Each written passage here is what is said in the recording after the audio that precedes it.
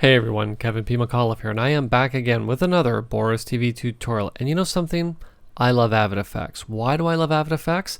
Well, because it gives me the power of a compositing application right from within my Media Composer or Symphony timeline. And the beauty part is that I don't have to work with it just inside a Media Composer if I don't want to. I can also use it as a standalone application. And in this lesson, I want to show you how to create a very cool, very quick lower third that you can use in any of your Media Composer or Symphony projects. Okay, short introduction here. Let's just get into Avid FX. And let's get started. Okay, so let's Command and Tab into Avid FX, obviously Alt and Tab for all my Windows friends out there, and let's create a new project. And inside of our new project, the first thing I want to do is the layout that I have currently going on here is not one that I like to work in, but the great thing in Avid FX is that you can really customize your layouts however you want, and there's some great presets if you navigate up to Window.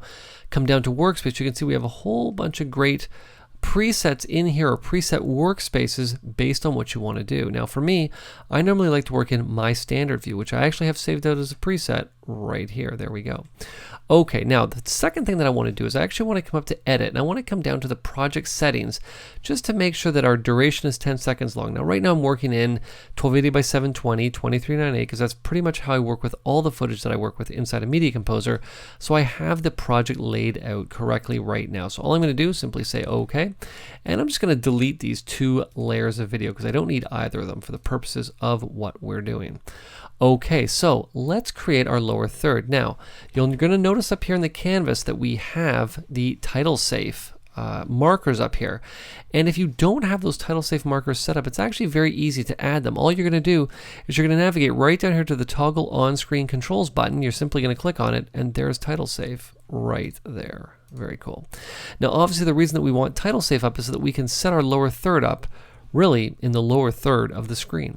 So all we're going to do is with the rectangular tool selected, I'm just going to draw a rectangle appropriately enough sort of right down here to the bottom of title safe. Now I don't know exactly how wide I'm going to need it right now, so I'm just going to draw it, fairly wide. We can obviously adjust this after the fact if we want to. And you're going to see that the rectangle has been filled with a gradient. Now the reason being is because the thing that I was working on previous to this lesson actually used a gradient when I filled in a rectangle or filled in a shape. And we can actually adjust that very easily. All I'm going to do is I'm going to navigate to the Controls tab right up here, and you're going to see that I have a tab for appropriately enough fill. All I'm going to do is simply click on it, and you'll see that right now the fill type is set to gradient, and I can get in and adjust this gradient really however I want to, or however the client needs me to. What I can also do is I can actually switch over to be just a color or a solid color right there, just like that. But like I said, for me, I'm going to stick with the gradient because I think this is looking pretty cool. And the cool thing about this is let's say you're creating 6 or 7 lower thirds. This is a great way to get in and change them slightly. You could change their color. You could start out with this gradient, get in for the next one, adjust its color slightly, and again work it down like that.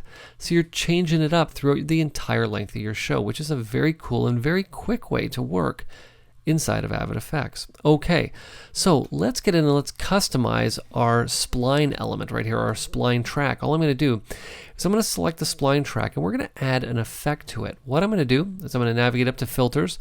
I'm going to come down to Generators, and we're going to choose the very cool Weave generator. Now you're going to see once it's applied, we now have this weave pattern, but it's not the weave pattern that we're going to want to use. What I'm going to do is I'm going to navigate right over here to the Controls tab, and you're going to see that with Weave selected over here, BCC Weave, that inside of Controls, the Weave parameters are now accessible. And the first thing I want to do is I want to get in and adjust the color, because this color is not laid out how I would like it. And normally what's going to happen is when you click on the color, you're going to be on the standard color wheel. But for us, because I like to get real precise with my RGB values, I always like to use the sliders, and more specifically the RGB sliders. So all we're going to do is we're going to punch in a value of 214, let's go with like 110, and we're going to go with about 50, I think, just to sort of give us that orange color. Looking very nice. I'm simply going to say OK, and you're going to see now that everything is a very sort of bright orange, not what we want. Well, first thing I want to do as well is I want to adjust this weave here. And the weave that I'm going to use is the Alt Default. Now you'll see that the color actually switched back, and that's okay here. What I'm going to do is just punch it back in here, 214, 111, and we're going to punch in 48. There we go. So we're back to our orange color. Very nice. And you'll see that the weave is very precise, very detailed. I don't want it that detailed. So what I'm going to do is navigate over here to the color noise, and I'm just going to put this value like really low. Let's try something like 0.08. I think that's, there we go. You can see that it really dulled those edges down, looking very nice now. And last but certainly not least, like I said, this orange is sort of a very vibranty, bright orange, which I don't want. I want to have sort of a grungy, sort of, you know, earthy color. And what I'm going to do to get that color is I'm simply going to navigate over here to the apply mode, and we're going to switch it from normal to be multiply. And that is very nice. Now we have this sort of very deep, sort of yellowish that goes over to this almost reddish orange color on the right. Very, very nice. Okay, so the next thing that I want to do is I'm going to apply another effect to our lower third. And it's got to be one of my favorite effects inside of Boris Continuum Complete, and it's accessible to you inside of Avid FX as well. And what I'm going to do is with the spline track selected, we're going to navigate up to filters. I'm going to come down to lights, and I'm going to choose Rays Puffy. Love Rays Puffy. Now you're going to see that as soon as I apply it, I now have this little crosshairs that I can drag and move, and you can see that it's actually adjusting the light source. You'll see that as I'm moving, the light source over here inside of the controls tab is adjusting as I move. Now the only thing is that this isn't as bright as I want it to be, so let's adjust that first. I'm going to set the intensity to be something like, I don't know, 275. And you can see that that's really bright, like sort of way brighter than I would need it. But what I can do is just back way off on it and put the light source way up here. And I think that's looking pretty nice, just like that. And I'm actually pretty happy with where the beams of light are actually starting. I don't want them to start right at the top because my lower third is going to be in here. I want them to start closer to the bottom of the lower third, and I think this is actually the perfect place to have it. Now what we're going to do is, now that I'm happy with this, I'm going to add a animation to this. And all I'm going to do is I'm going to start things up over here on the left hand side right there. And we're going to make sure that our Rays Puffy master keyframe here is set, so I'm just going to select it. We're just going to position this again right over here on the left, and I'm just going to come down to the complete other end, and I'm going to select the master keyframe down here, and I'm simply going to take the light source and just drag it over like this. Now I don't want to go off the frame, because you'll see what happens is as I move off the frame, we actually start to lose some of our beams of light, our God rays. So I'm just going to back this up a little bit. And what's important to keep in mind is that I'm adjusting this using the slider. I could simply navigate over here and just punch in whatever value I want, but 1280 is actually the value that I want. And you'll see now that if I drag back, there is our animation. Now what's also important to keep in mind is that right now the keyframe interpolation is set to ease in, ease out, which I do not want. I want to have this as linear. I want it to start and stop in one smooth move. So let's just double check everything here, make sure we're good to go here. Linear, perfect. Linear, perfect. You'll see that if I drag through, there's my light source moving across, and my lower third here is almost done. I just want to dull it down a little bit. The weave can be a little bit distracting if we're going to have text on top of it, so let's adjust that.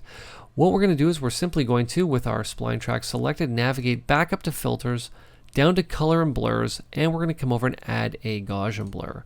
And I'm not going to do anything fancy. I'm just going to leave it on its default, which is a horizontal blur of 2. And I think this is looking pretty good. The only thing that's left to do now is to animate the bar coming in. So let's do that. Now that I'm back at the beginning of the timeline, what I want to do is make sure that I have my spline track selected. I'm going to come down to about the 1 second mark here, and we're simply going to add a new keyframe to the spline track, the main track here. And what I want to do is I just want to make sure that the position of it is set back at 640.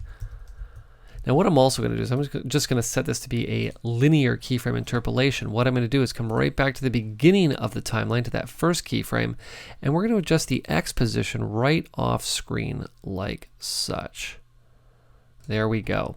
And now you'll see that what's going to happen is that our lower third is going to slide in just like such over the span of 1 second. And because we already animated our Rays Puffy moving across, that animation is already happening.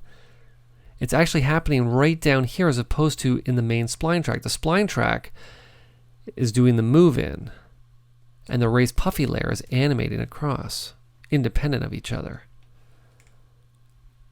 Very nice. This is what we call a parental hierarchy. Basically, the parent is the spline track, and all of these effects in here are the children, and what's happening to the spline track here is happening to all the children, meaning this move across the screen. But the children can still work independently of the parent.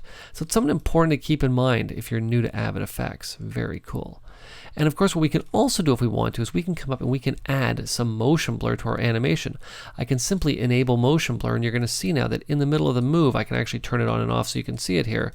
There it is with motion blur to give it a bit more of a realistic move. Very cool. And what we're going to do is we're going to come down to about the 8-second marker. Actually, let's make it about 8.5 seconds, I think, here. And at 8.5 seconds, what I'm going to do is I'm going to again add another keyframe, just like such, to our main spline track. We're now going to come right down to the end here, and we're going to, and let's actually come back to our first keyframe here. Let's come back to our position tab, and we're just going to make sure the opacity is set at 100 here. And of course, again, we're going to set our keyframe interpolation to be linear. We're going to come right down to the end here. And let's have this fade off all the way into obscurity here. There we go.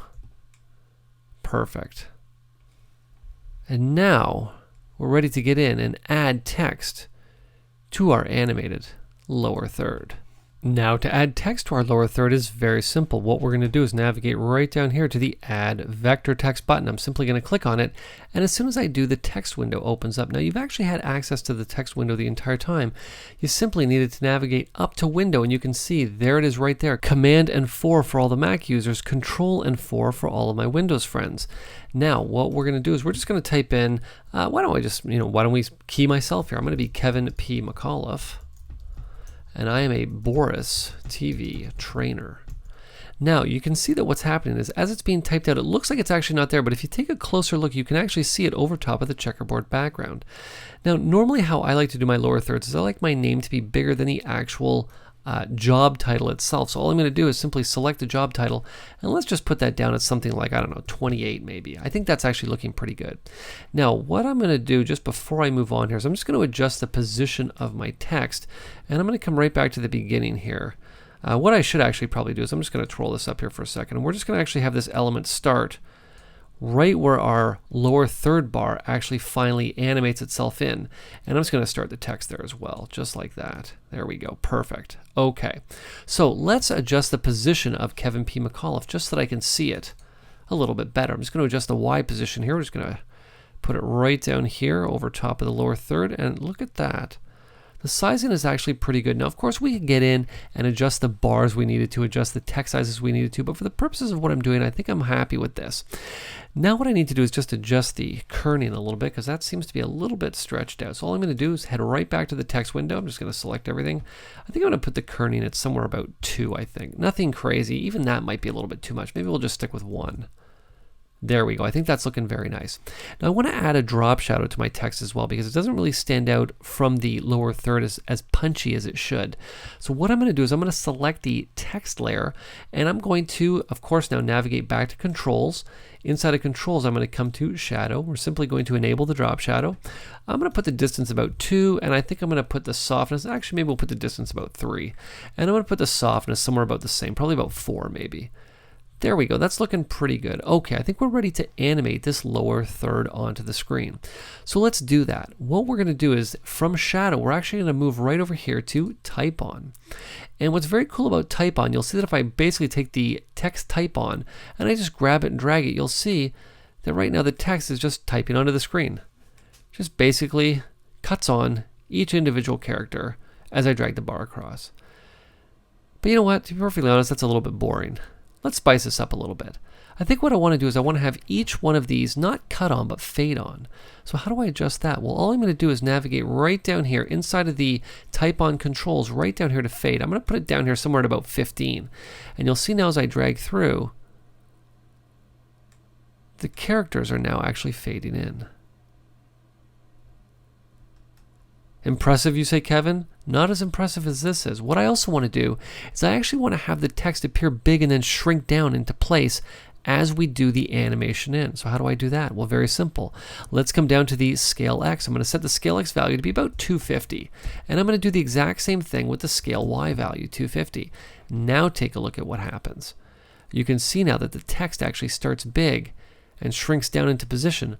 And all I'm doing is simply dragging the text type on bar across to basically have it reveal itself after I've already gone in and set the other parameters the way that I want. So all I need to do now is simply, with the text keyframe selected, we're going to come back to the text type on. We're going to set its value to be 0. And I'm going to change its keyframe interpolation to be linear here. And I think I'm going to have this take place over about 1.5 seconds. So at about 212, I think, is where we're going to want to go down to. So right about there, all we're going to do is add another keyframe right there. And now we're going to set our text type on value to be 100. And you'll see now that what happens is that my lower third slides in, my text type's on, sits there as everything animates across, and then what we want to have happen right down here at the end is we, with our main layer selected, I'm going to navigate right up here to opacity, and actually before I do that, I'm going to add a keyframe right here, of course. We're going to want to make sure that our opacity value is, of course, set at 100. And we're going to make sure that our keyframe interpolation is set to linear. We're going to come right down to the end here, and of course, now we're going to set the opacity to be 0. And guess what we now have? We now have a lower third that animates in. Our text animates on. Sits on the screen till the end, and then fades off with everything else. Now I know what you're thinking. Well, Kev, you created this in the standalone version of Avid FX, so how do we actually apply this to our Media Composer or Symphony timeline? Well, let me show you. What we're going to do is, now that we've created this lower third animation the way that we like, I'm simply going to navigate up to File, and I'm going to come down and I'm going to save a project copy to the library. Of course, it's going to ask me, what do I want to call this element? And I'm just going to call this Kevin's lower third. Why not? And I'm going to create a new folder, and we're just going to call this Kevin's presets. Actually, why don't we call it Kevin's lower third presets? Just so we can keep track of that, but between that and my other presets. I'm going to simply say create, and we're just simply going to save this. What I'm going to do is I'm going to quit out of Avid FX, and I'm going to Command Tab into Avid's Media Composer. Okay, so now that we're inside of Media Composer 7, what I'm going to do is open a bin. I'm going to right click and let's AMA link to some footage here. And I'm just going to sort by the size here, and let's just choose a few clips here, and I'm simply going to say open. You'll see that in a matter of seconds the clips appear here inside of my bin, and I think this might be a good one here to work with. I'm just going to select the entire clip by hitting T on the keyboard on both Mac and Windows. I'm going to hit B to drop it into a new timeline. I don't need any audio here, so we can just delete that. And I'm going to create a new video layer by simply hitting Command and Y on the Mac control and Y on Windows. And let's just come down about 1 second here, and I'm going to add an edit just by simply hitting F6 on the keyboard. Now that's my shortcut for add edit. If you don't happen to have it mapped on your keyboard, don't worry about it. You can always find it right here at the top of your timeline. What I'm going to do now is I'm going to go down 10 seconds by simply hitting plus 10 seconds. I'm going to come back 1 frame. We're going to add another edit, and you'll see now that if I select the duration that I've just created, it's actually 1 frame too short. So let's just adjust this edit I just put in here, and now we should be able to check this, and it is 10 seconds long. Okay, so what we're going to do now is simply hit Command and 8 on the Mac control and 8 on Windows. Inside of the Avid FX category of your effects palette, we're going to grab the Avid FX filter and simply drag it and drop it right down here onto Video Layer 2 inside of those 2 add edits we just made. I'm going to step into effects mode by simply hitting Shift and Y on my keyboard. If you don't have it mapped, no problem. 2 other places you can find it: right here in the Composer window, or right over here at the top of your timeline. I'm going to launch the user interface, and you'll remember when I saved this out. Now what I should actually do here is just navigate to Window. We just want to set my workspace up the exact way I had it before. Very nice. And what I want to do is I want to head to the library browser, because you'll remember that I saved that lower third into the library, and you can see it right here, Kevin's lower third presets. There it is right there. I'm simply going to double click on it, and in a matter of seconds I now have that lower third back exactly as I had it before. But you're going to notice something happened. The background disappeared, and what's going to happen is, let's just say hypothetically that this was Kevin P. McAuliffe and I said apply. What's going to happen is it's going to appear over black, which is not what we want. We want it to appear over top of that footage. So what do? Well, it's actually very easy, and I left that out on purpose inside of Avid FX. What I'm going to do here is we're just going to head back to the workspace, Kevin Standard, there we go, and let's come in here and let's add in the background. Very simple. I'm just going to come to my timeline, right click, we're going to add new media, and I'm just going to add video 1. And guess what? There's my background element now ready to go. And what I can also do now is simply come up to File, Save Project Copy to Library. We're just going to save it over top of what we'd already saved this as. Simply say save. We're going to replace it. Now all I have to do is simply say apply, and there we go. We now have this element ready to go. And if for some reason, this wasn't Kevin P. McAuliffe, but it was still a Boris TV trainer, no problem. What I can do is simply head back into Avid FX, and this guy is going to be, let's see, what can his name be? We'll call him Bob Boberson, just because I can't think of a better name. We're just simply going to head to the text window. His new name is, of course, Bob Boberson. We're simply going to come down and say apply. And guess what we now have? We now have Bob Boberson, who's a Boris TV trainer. All I now have to do is simply render this element. And keep in mind that if I wanted to, I actually could have just done this all using the plugin inside of Avid's Media Composer. I just decided to do it in the standalone version just to show you how both of them work in conjunction with each other. But you'll see now that it's done rendering, you can see what a very cool lower third this is. And as you saw, very easy to get in and customize however you need it. So if you have any questions, you have any comments, or you have any tutorial requests, you can send them to support@borisfx.com. This has been Kevin P. McAuliffe. Thanks a lot for watching.